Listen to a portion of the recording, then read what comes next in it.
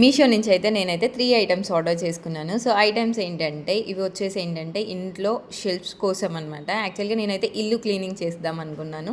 So, news papers వేయడం కంటే ఇలా షెల్ఫ్ కవర్స్ వేస్తే వచ్చేసి లుకింగ్ వైజ్ ఎవరైనా వచ్చినప్పుడు కూడా లుకింగ్ వైజ్ కూడా బాగుంటుందనేసని ఇలా అయితే నేనైతే షీట్స్ ఆర్డర్ చేశాను.